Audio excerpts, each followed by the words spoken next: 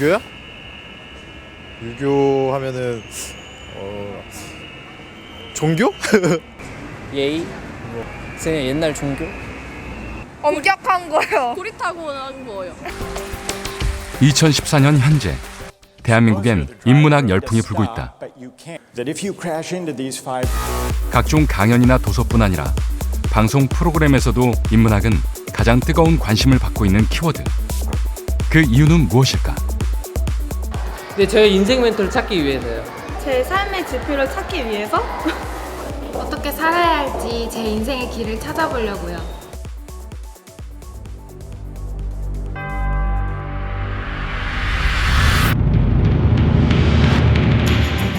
우리 선조들에게는 삶의 지표, 한 사회를 이루는 도덕적 가치인 동시에 질서였던 학문, 바로 유학이다. 하지만 세상은 빠르게 변화했고 시간의 흐름에 따라 유학을 바라보는 해석도 다양해졌다.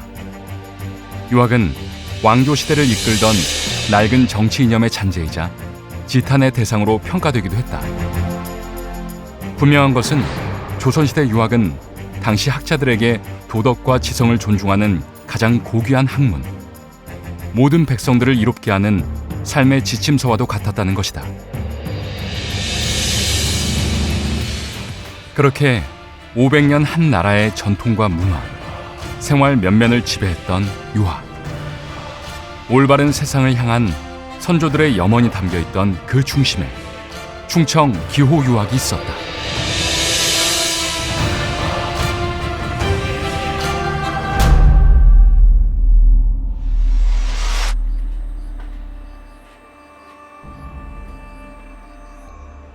인간과 동물의 본성이 어찌 같단 말이오.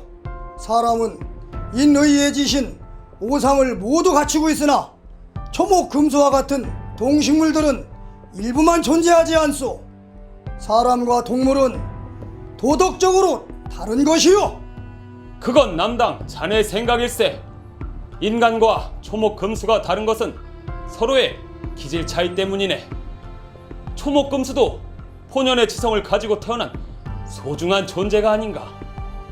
인간의 본성은 보편적이고 선천적인 것일세.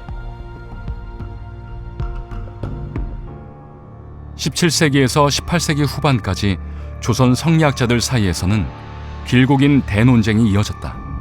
이른바 호락 논쟁이라 불리는 인물성 동의 논쟁이다. 호락 논쟁이라고 하는 것은 호학과 낙학을 합친 말인데, 그것은 이제 철학적 용어로 하면 인물성 동의 논쟁입니다. 인물성 동의 논쟁이라고 하는 것은 인간성과 동물성이 같으냐 다르냐 하는 그런 논쟁입니다. 그 인간의 본성이 이 다른 동물의 본성과 뭐가 구별되느냐 하는 것이 사실상 가장 핵심 내용이라고 볼 수 있고요. 충남 아산의 외암 민속마을. 지금으로부터 500년 전 조선시대 반가의 고택과 초가를 보존하고 있어 마을 전체가 중요 민속자료 제236호로 지정돼 있다. 예안이시 집성촌인 마을에는 호락 논쟁의 중심 인물이었던 외암 이간의 생가인 건제고택이 자리 잡고 있다. 조선 후기 이간은 인간과 사물의 본성을 같은 것으로 본 인물성 동론의 대표적인 인물. 이간을 중심으로 인물성 동론을 따른 학자들은 대부분이 서울 경기 지방 출신으로 그들의 주장을 낙론이라 불렀다.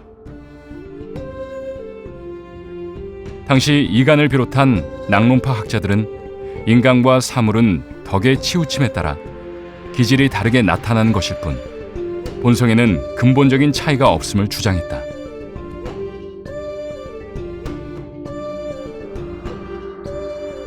호락 논쟁의 또 다른 중심 인물인 남당 한원진.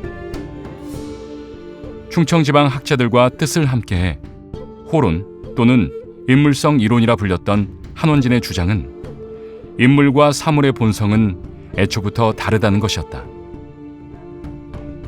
인간과 사물이 갖고 있는 하나의 본성을 놓고 한원진은 다르다는 주장을, 이간은 같다는 주장을 펼쳤다. 같다와 다르다. 호락 논쟁은 뚜렷한 결론 없이 200여 년 동안 지속됐다. 하지만 이러한 논쟁은 조선시대 인간의 본성과 도리, 인간 존중 사상을 담고 있는 성리학의 근본적인 문제에 접근했다. 그리고 그 문제를 해결하려는 철학적 방법론을 제시했다는 점에서 역사적 의의를 가진다. 그 조선시대 성리학의 논쟁이 크게 이제 두 가지가 있다고 보면, 하나는 사단칠정론이 있고 하나는 인물성 동의론입니다. 근데 이 사단칠정론이니 인물성 동의론이니 일단 그것이 왜 논의되었는가를 먼저 이해를 해야 될 것 같아요. 2000년 동안 동아시아를 지배한 게 유교 사상입니다. 유교 사상은 그 문화 또 사상을 전반적으로 지배했는데, 그 2000년 동안 그렇게 끌고 나갔던 힘이 뭐였나, 그걸 일단 이해해야 사단칠정론이나 인물성 동의론의 의미를 좀 이해할 수 있을 것 같아요. 저는 그것이 크게 두 가지라고 봅니다. 하나는 모든 인간은 존엄하다. 두 번째는 모든 인간이 존엄하게 대접받을 수 있는 세상을 만들자. 이것이 유학사상의 크게 두 가지 핵심인 것 같아요. 성리학의 뿌리인 유학은 중국의 전통과 도덕사상에서 비롯됐다. 유학은 기원전 5세기경인 중국 춘추시대에 활동한 뛰어난 학자이자 사상가였던 공자의 가르침을 담고 있는 학문. 공자가 세상을 떠난 뒤 유학은 맹자와 주자에 의해 더욱 체계화되고 발전하게 됐다.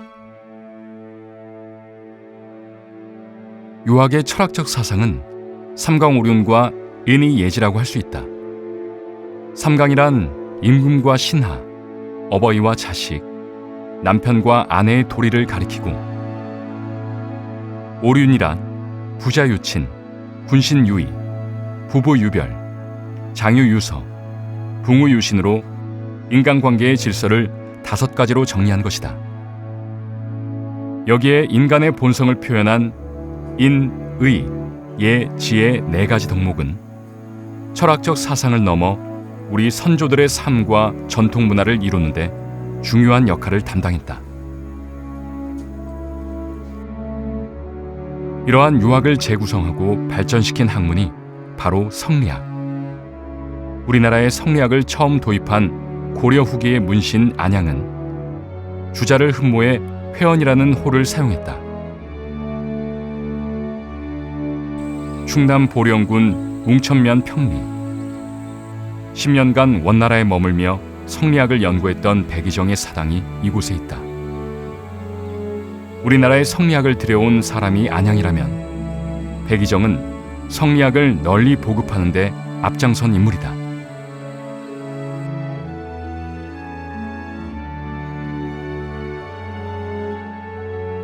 충청남도 문화재자료 제125호로 지정되어 있는 조선시대의 서원인 문헌서원.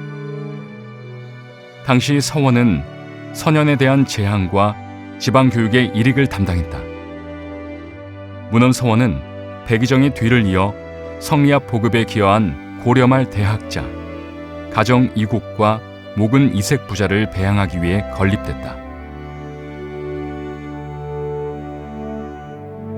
이후 임진왜란 때 불에 타 없어졌다가 1610년 복원된 이곳에는 조선 초기 대표적인 성리학자로 불리는 이종학, 이자, 이계 등의 위패도 함께 봉안됐다.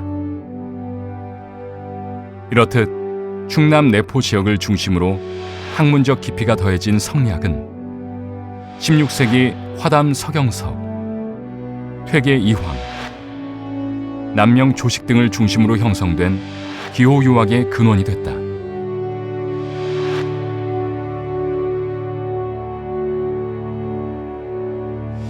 근데 이미 인물성 동의론이 시작될 때는 우리나라가 이제 퇴율 시대를 지나서 임진왜란과 병자호란을 지나면서 엄청나게 많이 인간성이 파괴되고 그 유린되는 상황을 목도했습니다. 그리고 실제로 우리나라 사람뿐만 아니라 그 외적들이나 또는 그 북방 오랑캐들이 쳐들어왔을 때 우리 한국 사람들이 그 사람들을 어떻게 볼 거냐 하는 그런 문제들까지도 이제 연계가 된 거죠. 그래서 그런 문제들에 대해서 그 당시 이제 학자들은 그럼에도 불구하고 인간이 선하다, 존엄하다, 인간은 인간으로 존엄하게 대접받아야 된다라고 하는 것을 학문적으로 규정하기 위해서, 증명하기 위해서 애를 쓴 그런 논쟁입니다. 조선시대 호락 논쟁의 중심에서 대립된 학설을 주장했던 남당 한원진과 외암 이간. 같은 스승 문화에서 학문을 닦은 두 사람은 호론과 낭론이라는 두 학파로 나뉘어 인간과 사물의 본성에 대한 상반된 논쟁을 펼쳤다. 당시 조선은 임진왜란과 병자호란으로 나라 안팎이 온통 혼란에 빠져 있던 시기. 몇몇 학자들은 호락 논쟁이 현실에 맞지 않는 불필요한 논쟁이라 비판했다. 하지만 외구의 침략과 전쟁으로 심신이 피폐해진 조선 백성들에게 호락 논쟁은 인간의 주체성과 도덕의식을 다시금 일깨워주는 계기가 됐다.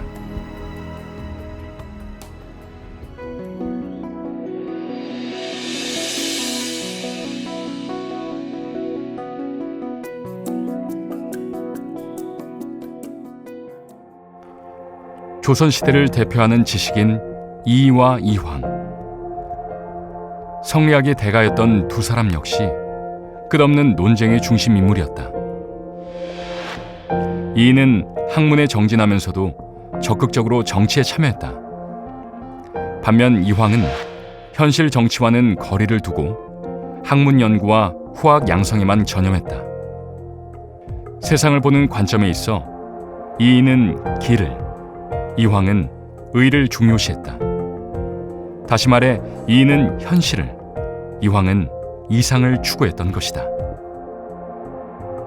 이가 아니면 기가 근거할 데가 없으며 기가 아니면 이가 의거할 데가 없습니다. 이는 두 개의 물건이 아니지만 하나의 물건도 아닙니다. 하나의 물건이 아니니 하나이면서 둘이고 두 개의 물건이 아니니 둘이면서 하나입니다. 이는 본래 항시적으로 실제하지만 기는 모여서 형체를 이룸으로써 실제했다가 흩어지면 소멸하니 무에 지나지 않는다. 어찌 항시적으로 실제한다고 말할 수 있겠는가? 주기론과 주리론은 한마디로 만물을 구성하는 재료를 뜻하는 기와 변하지 않는 근본 원리를 뜻하는 이 둘 중 어떤 것에 더 관점을 두느냐에 대한 이론이다. 물이 들어있는 그릇이 있다.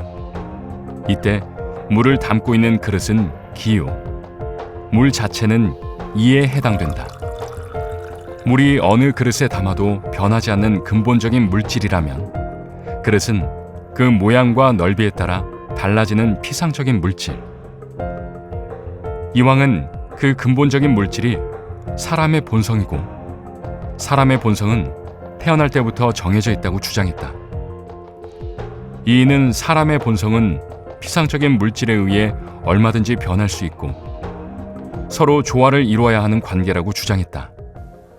퇴계는 인간을 아주 도덕적 존재, 윤리적 인간으로 봐요. 그래서 인간의 그 선한 본성이 어디서 왔느냐? 하늘에서 왔다. 그 하늘의 착한 본성이 바로 인간 본성이 됐다. 그래서 그걸 리라고 보는 거예요. 이치자. 그래서 그러한 하늘의 이치가 인간의 본성이 되고 인간의 이치가 된 거예요.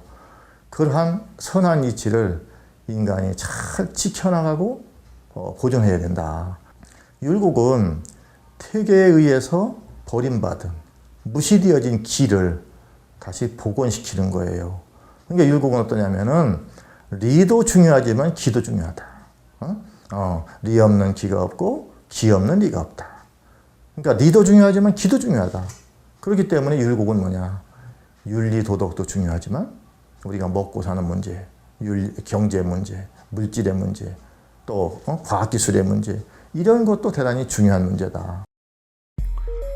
주리론과 주기론은 당시 조선시대 학자들에게 매우 중요한 문제였다. 이황과 이이가 살았던 시대는 조선의 전 후기를 나누는 격변의 시대. 변화하는 사회를 안정시킬 지도적 사상이 필요했고 이황과 이이가 이러한 사상의 두 축을 담당했다. 이후에도 조선의 성리학 논쟁은 계속됐다. 그 과정에서 다양한 학풍이 등장했고 기호학파와 영남학파의 사상적 기반을 이뤘을 뿐만 아니라 현실 정치와 정책의 선택에도 큰 영향을 끼쳤다. 그렇게 성리학자가 곧 정치인이 되는 조선 후기. 중앙 정계의 주류는 결국 주기론의 영향을 받은 기호학파가 대세를 이뤘고 특히 호서 내륙에서 중심 인물이 배출됐다.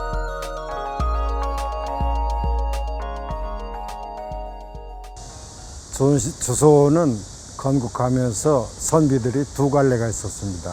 현실 정치에 참여하는 관료와 제야에 은둔하는 그런 학자가 있었는데 제야의 학자들을 우리가 사림이라고 합니다. 그런데 이 사림이 성종 이후에 정계에 등장하면서 큰 역할을 했습니다. 그런데 그러한 사람들을 불러서 조정에 참여시켜야 됐는데 그것이 인조 반정 이후에 이제 김장생, 장현광, 박지계 이런 사람들이 살림으로 등장을 하게 됩니다. 조선 후기 300년간 중앙 정계는 기호학파가 세력을 주도했다. 17세기 인조 시대에 이르러 학문적 권위와 세력을 바탕으로 정치에 참여했던 인물들을 살림이라 칭했는데 전국의 살림 39명 중 17명이 충청 지역 출신이었다.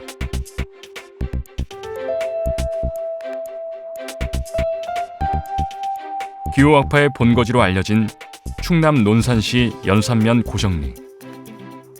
이곳에는 양천허씨 정려문, 모선제, 조선 예학의 대가인 사계 김장생의 사당을 비롯해 충청의 유교 문화를 엿볼 수 있는 흔적이 곳곳에 남아있다.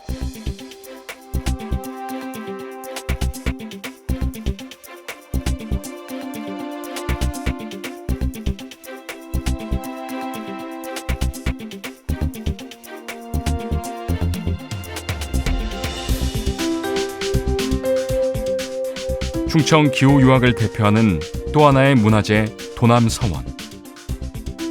사계 김장생의 학문과 덕행을 추모하기 위해 세워진 곳이다. 경내 중앙에 세워진 도남서원 원정비는 김장생의 행적과 서원을 세우게 된 배경, 서원의 구조 등을 적고 있는데 송시열이 비문을 짓고 송중길이 글씨를 썼다고 한다. 1634년 인조 12년에 건립된 도남서원은 현종 1년에 도남이라는 이름을 하사받아 사액서원으로 승격했다. 이후 흥선대원군의 서원 철폐 정책에도 불구하고 꿋꿋하게 그 모습을 보존한 전국의 47개 서원 중 하나. 유생들이 공부를 했던 곳인 응도당은 현재 보물 제1569호로 지정돼 있다.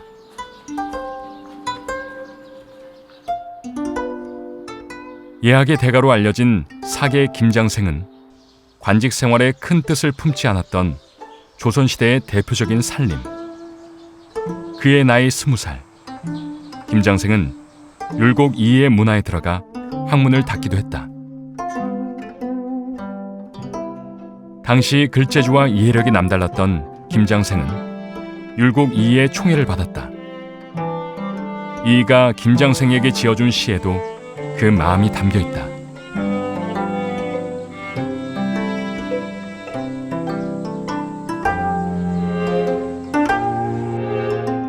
율곡 이의에게 김장생은 충청도 연산에서 황해도 해주까지 천리길을 마다 않고 스승을 찾아온 기특한 제자였다. 그런 김장생이 이제 스승의 품을 떠난다고 하니 이는 그동안 가르친 것이 없는 듯해 부끄럽다는 스승의 겸허한 마음과 아쉬움을 시로 표현했던 것이다. 그렇게 스승과 함께 마음을 닫고 정신을 수양한 김장생은 수학을 끝내고 고향으로 돌아간 뒤에도 율곡 이이의 학통을 이어나갔다. 도남서원 장판 가게는 김장생이 집필한 수준 높은 예서들의 목판이 보관돼 있다. 관례, 혼례, 상례, 제례 등 예절에 관한 모든 것을 총망라한 상례 비유와 가래 집람이 바로 그것. 이러한 서적들은 백성들의 삶과 밀접한 관련이 있는 내용을 담고 있다. 율곡 이이에서 김장생으로 이어진 기호 유학의 항맥을 이어나간 것은 김장생의 아들 김집이었다.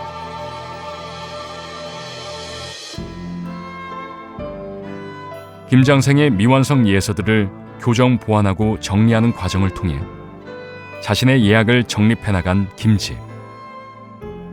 그는 아버지 김장생과 함께 조선 예학의 형성에 주도적인 역할을 담당했다.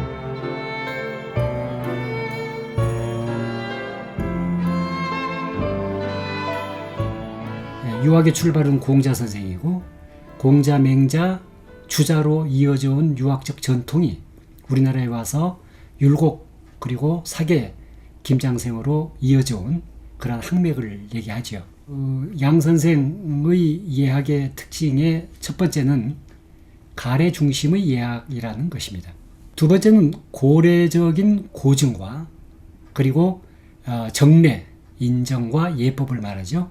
정례를 통한 검증을 거친 수준 높은 합리적 예학이라고 할 수가 있습니다.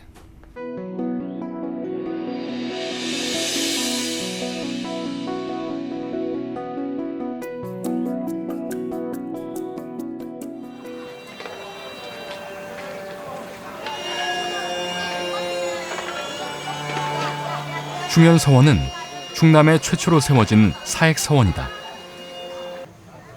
성리학의 창시자인 주자를 비롯해 성현 8분의 위패가 모셔져 있는 이곳에선 지난 6월 충남 역사문화연구원의 기호유학 인문학 특강이 열렸다. 왕이나 황제가 나라를 다스리게 되면서 얘는 인간 사이의 관계를 규정하는 것으로 정착을 하게 된 것 같습니다.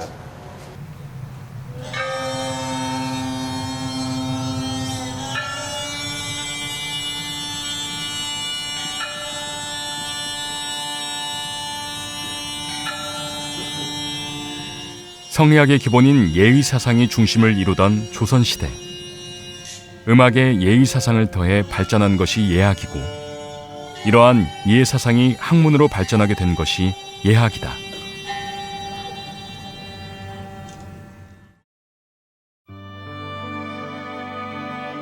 조선 중기의 문신이자 유학자 율곡 이이의 수제자로 학문적 사상을 전수받은 사계 김장생은 평생을 예학과 함께했다.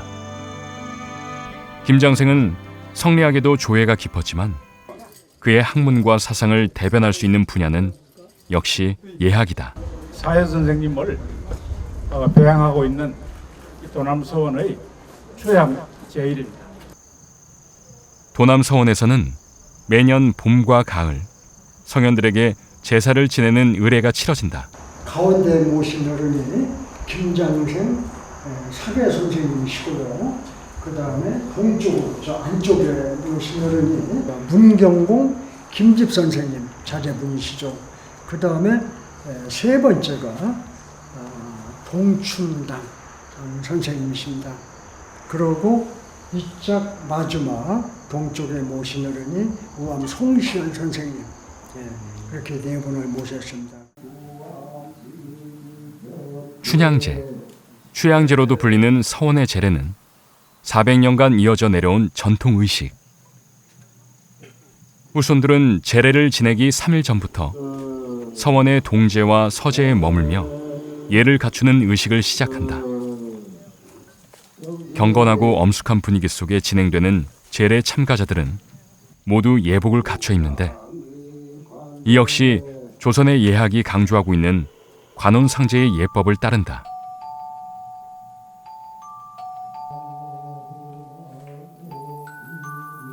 임진왜란 이후 혼란에 빠진 사회 질서를 바로잡기 위해 예학을 강조해온 조선의 성리학자들.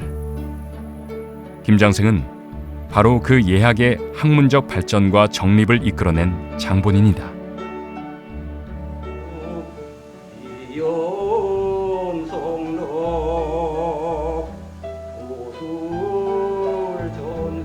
그리고 서원은 한국 고유의 재래 문화를 통해 예학의 확산과 정착에 기여한 사회교육의 장으로서의 역할을 수행했다. 그 원래 예학이란 말은 원래 없던 말입니다. 실제로 그것이 선비들의 가장 주된 학문이 된 것은 임진왜란 병자호란 양난 이후입니다. 왜냐하면 임진왜란 병자호란 이후에 인간의 삶이 파탄에 이르렀어요. 아무도 선하게 살 생각을 하거나 선한 사회를 만드는 데 대한 회의가 들었죠. 그래서 성리학자들이 인간의 본성대로, 다시 말하면 어질고 착하게 살 수 있는 세상을 어떻게 만들 것이냐, 그것은 바로 이런 종법을 중심으로 한 사회 질서, 그리고 혈연을 중심으로 한 공동체를 만들어야 되겠다는 것이고, 그것을 운영하는 원리로서 예를 연구해야 되겠다. 그래서 우리나라 조선의 예학의 핵심은 관원상제, 즉 가례라고 하는 것입니다. 스승 율곡이이가 미처 이루지 못한 예학의 정립이 자신의 책무라고 생각한 사계 김장생. 그리고 임진왜란 직후 정치적 기강과 윤리가 해이해진 사회 질서를 바로잡으려 한 조선 중기 예학은 유학의 새로운 흐름으로 주목받게 된다. 그 과정에서 김장생은 중국 송대의 학자, 주자의 가례를 중심으로 당시 조선의 현실에 맞는 예를 정립한 가례 집람을 집필하게 된다.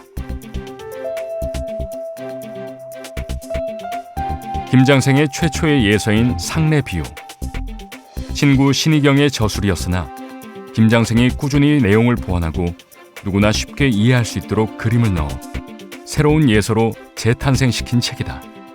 이쪽에 보시면 묘소 앞에 묻는 지석을 어떻게 만드는 방법에 대해서 그림을 설명했고요.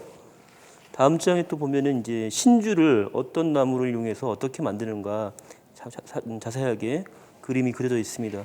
또 다음 장에는 이제 상녀, 발인을 할 때 상녀의 행렬이 어떤 식으로 구성이 되는가에 대해서도 이런 식으로 그림으로 자세히 그려놨습니다. 김장생의 예서는 어렵고 고리타분한 학문이 아닌 예학을 실천하는 데 있어 꼭 필요한 생활 지침서로 손색이 없었다.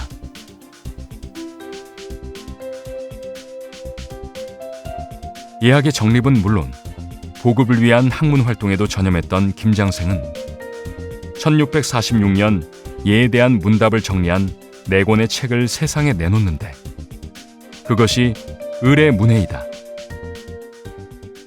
문, 금, 인, 조상, 혹, 립, 혹, 복곡, 하자, 위시. 황종이라는 분이 질문을 하는 겁니다. 요즘 사람들은 상사의 조문을 와서 혹 서서 읽기도 하고 혹 엎드려서 곡을 합니다. 어떤 것이 맞나요? 라고 질문을 합니다. 여기에 대해서 답변을 하기를 마땅히 서서 곡을 해야 한다. 그런 연후에 따라서 엎드려서 곡을 하는 것도 또한 무방하다라고 사계 선생님께서 답변을 하십니다.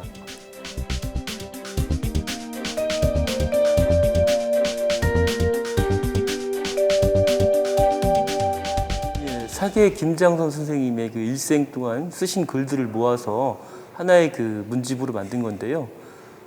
조선시대 숙종 임금이 경연상에서 사계 선생님의 글을 보고 싶다고 하니까 그의 제자였던 우암 송시열이 사계 선생님의 모든 글들을 모아가지고 임금에게 바친 것을 계기로 문집이 만들어지게 되었습니다.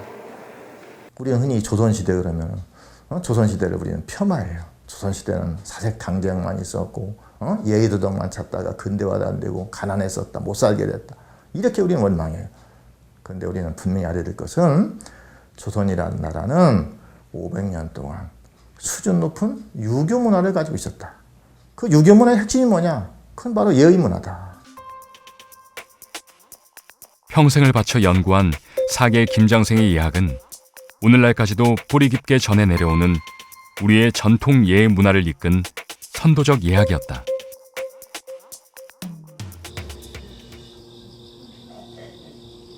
사계 김장생의 기일인 음력 8월 3일, 후손들은 그의 사당 앞에 있는 염수제에 정성으로 마련한 제물을 진설하고 불천위 제사를 지낸다.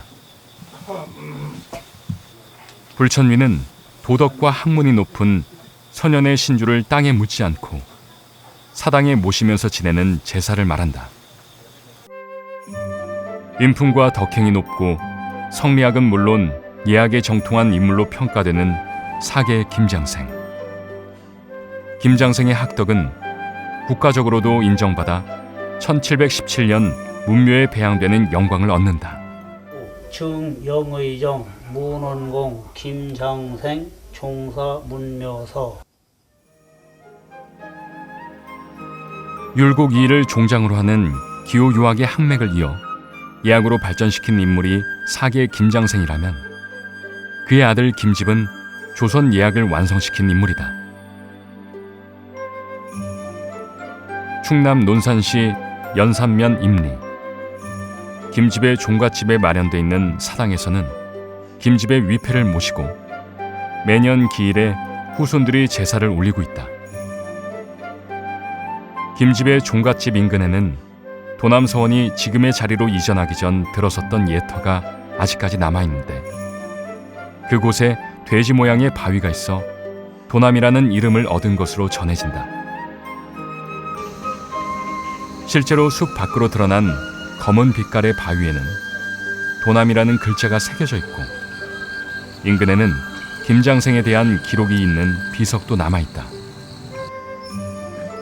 아버지와 함께 살림의 길을 걸은 김집은 철저히 현실을 숭상하는 학자였다. 그런 그에게 예는 과연 무엇이었을까? 예란 인욕을 억제하여 천리를 보존하게 하는 법칙입니다. 평생을 스스로 경계하는 반듯한 마음으로 살았던 신독제 김집. 김집은 김장생이 집필한 의례문해를 체계적으로 분석한 후 새로운 내용의 문답을 추가해 의례문해 속을 집필했다. 아버지 김장생의 예학을 적극적으로 계승해 문인들과 함께 김장생의 예서들을 꾸준히 고증, 교정, 보완하는 작업에도 매진했다. 그렇게 김집은 아버지의 미완성 예서들을 모두 완결시켰고 이 과정에서 자신의 예학을 정리, 나아가 조선 예학의 학문적 수준을 발전시켰다는 평가를 받았다.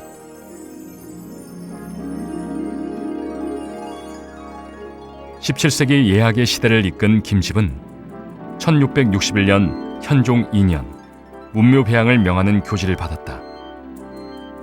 아버지 김장생과 함께 조선의 예학을 이끈 공적을 인정받아 충청을 대표하는 국가적 유현이 된 것이다.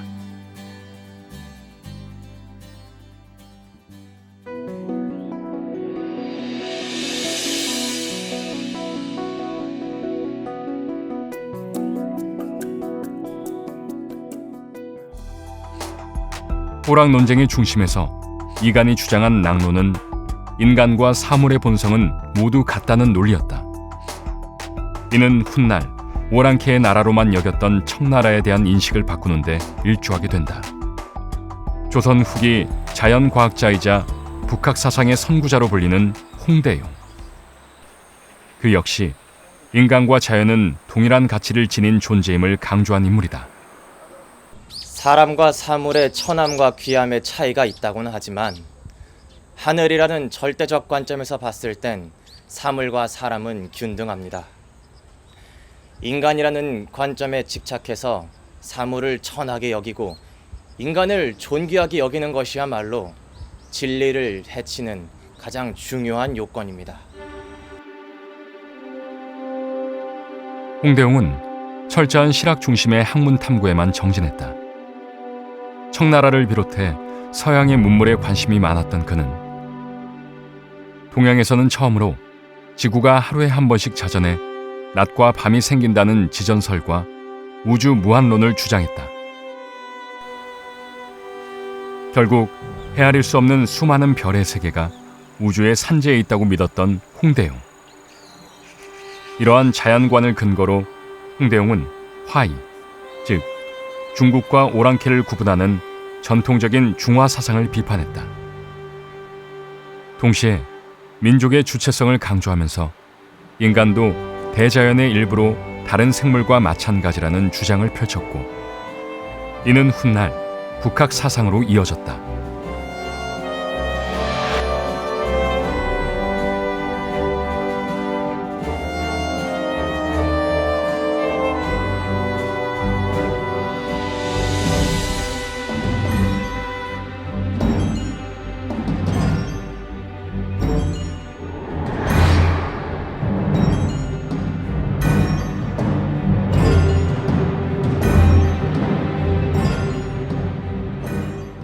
해와 달, 별과 같은 천체의 운행과 그 위치를 측정하는 기구인 혼천이. 홍대용은 부친이 나주 목사를 하던 시기 나주의 실학자인 나경적과 함께 천문 관측 기구인 혼천이를 제작했다. 18세기 조선에서 스스로 천문 관측 기구를 만들고 오늘날의 이론이나 개념과 큰 차이를 느낄 수 없는 우주관을 정립했던 홍대용. 그는 조선 후기 철학뿐만 아니라 자연과학 분야에서도 적지 않은 업적을 남긴 인물이다.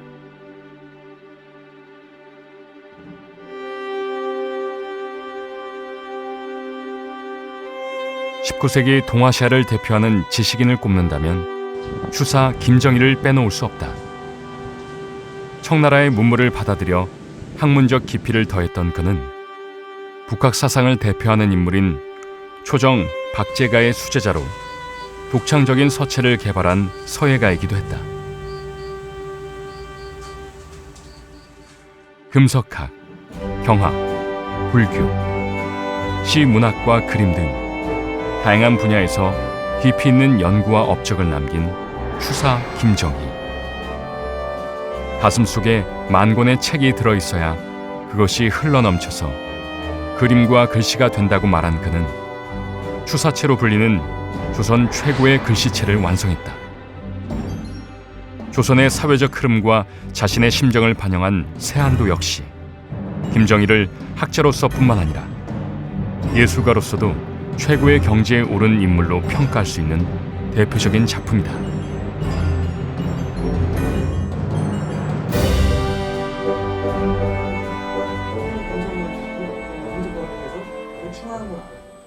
이런 걸 밝혀냅니다. 바로 이러한 점. 그 전에 조선에 한 번도 존재한 적이 없던 그런 학문이 바로 추사라는 사람에 의해서 조선에서도 드디어 학문으로 탄생을 하는 거예요. 그게 금석학입니다. 추사의 추사체는 그 금석학의 일부예요.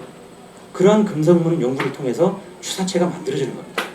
그러니까 단순히 글자를 보고 배워 쓰는 그런 서첩 수준이 아니라 이런 금석문 원류를 탐색을 하면서 새로운 글자 또는 글자 자체가 가지는 미감에 대한 연구 뭐 이런 것들이 수반이 되면서 물론 그 가장 밑바닥에는 누가 있어요? 완원이라는 스승이 있는 거죠.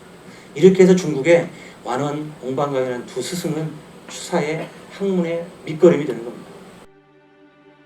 당대 수많은 문인들의 칭송을 받았던 추사 김정희에게는 그의 학문 세계를 크게 열어준 두 명의 스승이 있다. 금석학의 대가였던 옹방강과 청나라의 학문을 완성하고 선양한 절대적 공로자로 불리는 완원. 청나라의 수도 연경에서 만나 사제 관계를 맺게 된 두 사람은 이후 김정희의 금석학과 고증학, 고전적 글씨체 연구에 큰 영향을 미치게 된다. 조선으로 돌아온 김정희는 돌에 새겨진 글씨나 그림을 연구하는 금석학에 몰두했다. 그 결과 지금까지 무학대사의 비로 알려졌던 북한산 비봉에 있는 비석이 진흥왕 순수 비였음을 밝혀냈고 비문의 내용을 정확하게 해석해냈다. 이것은 김정희가 청나라에서 배운 고증학을 토대로 조선의 금석학을 발전시키는 중요한 계기가 됐다.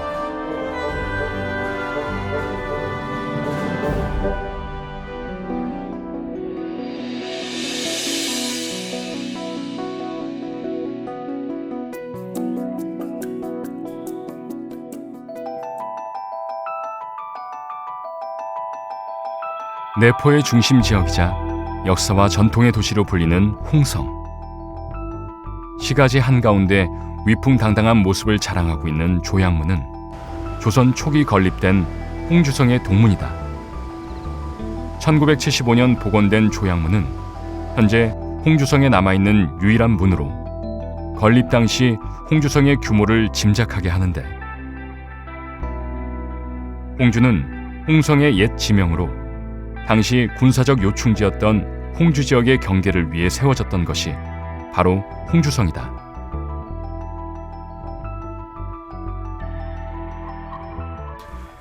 홍주의병은 1896년과 1906년도 두 차례 일어났는데, 그 중심 지역이 홍성을 중심으로 하는 충청남도 서부 지역입니다.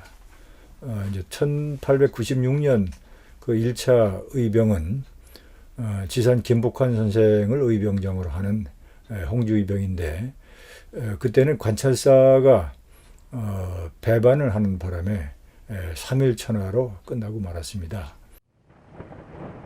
1895년 경복궁을 침입한 일본인 자객에 의해 당시 조선의 실세였던 명성황후가 시해되는 사건이 일어난다. 을미사변 이후 일본은 단발령, 을사조약을 통해 조선의 내정을 간섭하고 호시탐탐 침략의 기회를 누렸다. 이 시기 김복환을 중심으로 일어난 홍주의병은 조선 말기 항일 의병투쟁을 선도해 나간 대규모 무장투쟁, 한민족의 주권을 회복하고자 했던 첫 번째 독립전쟁이었다.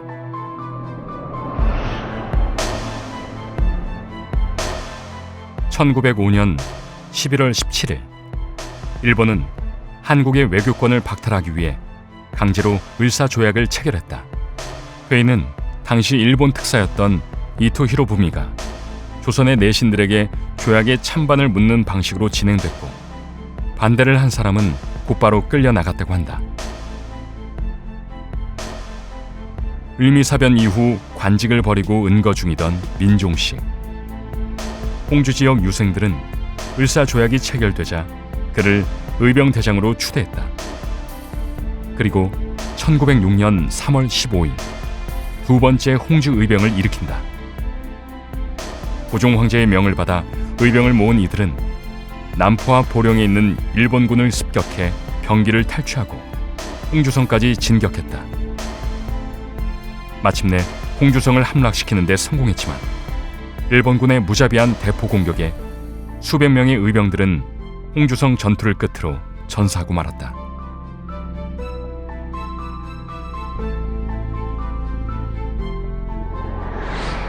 충남 홍성군 홍성읍 대교리의 홍주의사총. 1906년 홍주성 전투에서 희생된 의병들의 유해가 모셔져 있는 곳으로 홍성 지역 유생들의 강렬했던 반일 투쟁의 역사가 잠들어 있다.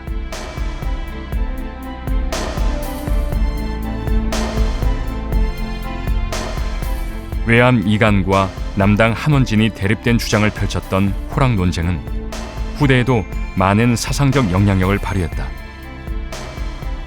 인간과 사물의 본성은 다르다고 주장한 한원진의 호로는 충청 지역에서 전개된 위정척사운동의 사상적 기저가 됐고 홍주 일대의 유생들에게 전해졌다. 그 결과 호로는 생사를 초월한 의병투쟁을 일으킬 수 있었던 이념적 기반이 된 것이다. 홍주의병의 이제 주도층이 남당 한원진 선생의 그런 그 인물성 이론을 계승한 존화 양의적인 의정척사론의 그러한 그 특성을 가지고 있습니다.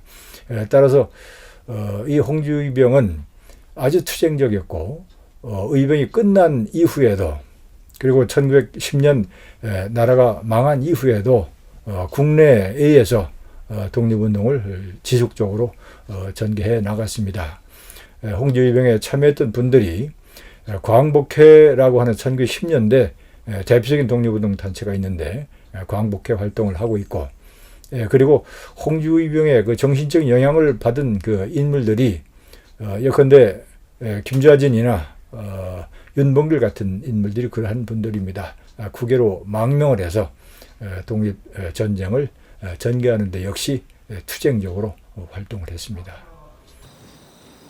아직도 홍성에는 수많은 의병들을 희생시킨 아픔의 역사가 곳곳에 서려 있다.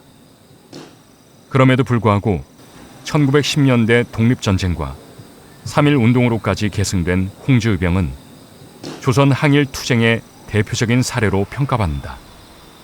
행동하는 지식인들의 모습과 그들의 숭고한 희생이 그만큼 역사적으로 중요한 의의를 가진다는 의미다. 아마 대개 기호 유학이라든가 충청 유학하면 점잖다든가 예절을 바르다든가 양반이라든가 그런 인상을 많이 하는데 사실은 현실에 철저하게 대비하는 그리고 현실 정치에 참여하는 지성적인 모습을 보이는 그런 유교입니다. 그래서 실천 유교 또는 지성사적인 행동 유교 이런 게 많은데 현대를 살아가는 우리들에게 유학은 어떤 의미일까? 아마도 어렵고 고리타분한 학문으로 인식하고 있는 경우가 대부분일 것이다. 세상은 점점 더 빠르게 변화하고 우리는 점점 더 많은 사회적 문제에 부딪히며 살고 있다. 그 속에서 길을 잃지 않고 잘못된 유혹에 흔들리지 않기 위해서 매일매일 안간힘을 쓰고 있다. 정신보다 물질이, 화합보다 경쟁이 중요한 시대에 살고 있는 우리에게 필요한 것은 참된 지성과 정신적 수양. 그 역할을 수행할 수 있는 학문이 바로 유학이다. 인조반정 이후 산림정책의 중심 인물들이 바로 충청도 유학자들이에요. 그들의 생각이 뭐냐면 북벌과 예학이거든요. 그러니까 밖으로는 청과 대치하는 것이고 안으로는 예교를 통해서 국내의 혼돈과 질서를 바로잡자는 것이었거든요. 이 두 개가 바로 17세기 현실 정치의 핵심이거든요. 그럼 우리가 현실을 한번 보자고요. 그 산림정치기의 그 선비와 지성들의 활동이 21세기 지금 우리 현실에서 얼마나 필요할 건가.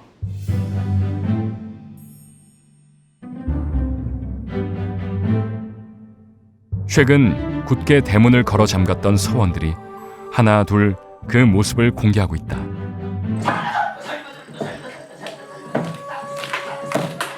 옛 선현들이 학문을 닦았던 공간에서 전통문화 공연을 감상하고 우리가 살아가는 데 꼭 필요한 인간 존중 사상과 예절을 배운다. 다양한 역사 체험을 위해 서원을 찾는 방문객들의 발길도 점점 늘고 있는 추세다. 이 모든 것이 충청 기호 유학의 명성을 되찾기 위한 노력의 일부다. 충청 유교문화권 개발은 반드시 행해져야 됩니다. 그런 이유는 충청 유교에서 지속적으로 강조하고 부각시켜왔던 그런 측면, 인간의 존엄성을 부각하고 그런 국가 사회와 그런 국제 질서를 만들어 가야 되겠다. 그런 측면에 있어서 충청 유학은 가장 정수를 담고 있다고 생각이 됩니다. 전통은 필요로 하는 자, 그 가치를 아는 자에 의해 보물처럼 재활용된다고 한다. 우리 지역의 정신적, 역사적 가치를 되살리고 후손에게 물려주는 일. 그것은 이제 온전히 우리들의 몫이다.